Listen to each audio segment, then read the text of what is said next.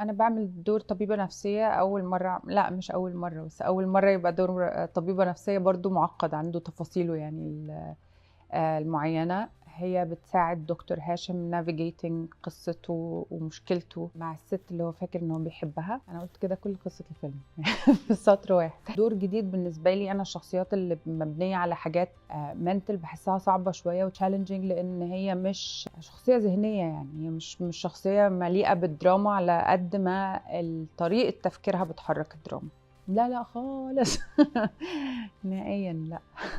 استصعبتها أول حاجة، وخدت وقت وإحنا بنتكلم فيها مع أستاذ أمير، لأنه أنا بخاف من الشخصيات اللي بتحلل الآخرين إنها تبقى شخصيات ساعات جافة وكده. بس وصلنا لحتة معينة فيها حاسة إن هما يعني تقدري تقولي هي وهاشم they mirror each other، كل واحد فيهم انعكاس للتاني بطريقة معينة. درست الكيسز اللي ليها علاقة بالطب النفسي اللي موجودة، اللي بتتذكر في الفيلم بتاعنا، واللي هي كيسز يعني بقت يوجوال قوي في المودرن سوسايتي دلوقتي. حاولت ان انا ابقى فاهمة عنها قوي، وانا بحب السايكولوجي عامة، فيعني حسيت انه I had fun يعني studying the cases. في نفس الوقت درست قوي طريقة psychiatrists في الكلام مع المرضى بتوعهم، ازاي يحاولوا يكتشفوا المشكلة اللي عندهم من غير ما يعملوا انفلونس عليهم في الحلول. معادلة تريكي قوي، بس يعني دي الطريقة اللي حضرت بيها. يعني حضرت حاجات كتيرة وقريت كتب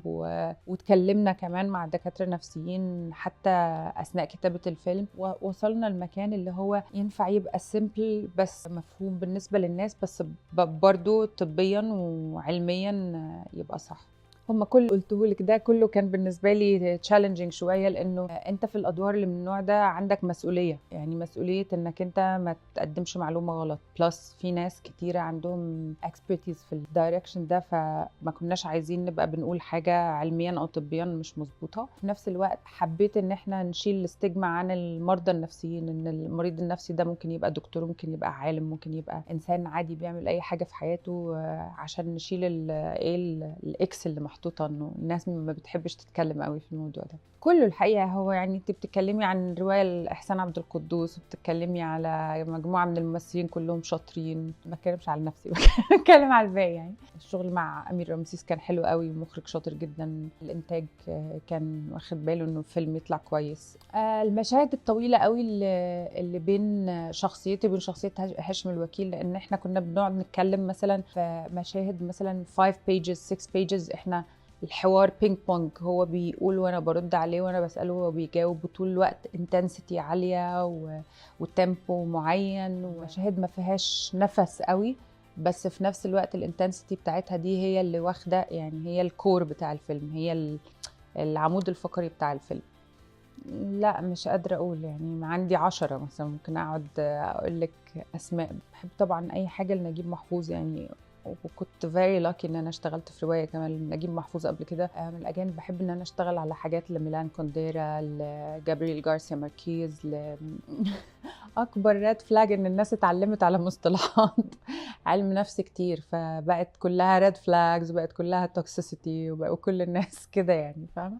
يعني ما بقاش في حاجات صدفه، ما بقاش الناس طبيعيين وهم بيتعاملوا مع علاقاتهم، طول الوقت بنحلل بعض، فاهمه؟ طول الوقت قاعدين اللي هو انت توكسيك، انت ده ريد فلاج، انت عملت كذا، اتاتشمنت ستايل، كل الناس بتتكلم في الحاجات دي يعني مود دلوقتي، فمش متساب مجال للصدفه في العلاقات. لو عادي يعني يلا عادي نتعرف على بعض ونعك الدنيا وما نعرفش نتصرف ونرجع تاني، فاهمه؟ مفيش ده.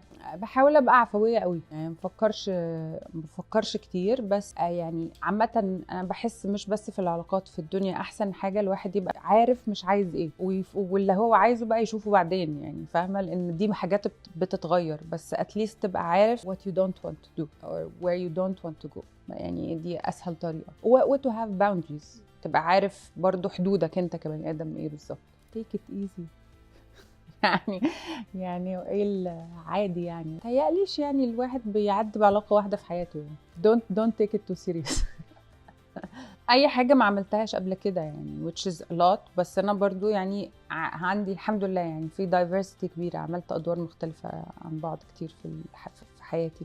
not really. انا ما بحسش، لان الناس اعقد من ان هم يتقسموا شخصيات بالنسبه لي، بس بحس انه ما بحبش اتحط في ستيريوتايب معين، ده اللي عامه يعني ما بحبش. يعني جت فتره كنت بلعب، كانوا بيشوفوني في ادوار الست القويه، جت فتره كنت بس اللوف انترست، جت فتره اللي هو اي حاجه فيزيكال. انا كل ما اشوف ان الفتره دي جت بحس ان الاكسبايري ديت بتاعها خلص، بحس ان انا I have to move forward واعمل حاجه تانية. ما بحبش ابقى معروفه لحاجه معينه بس يعني.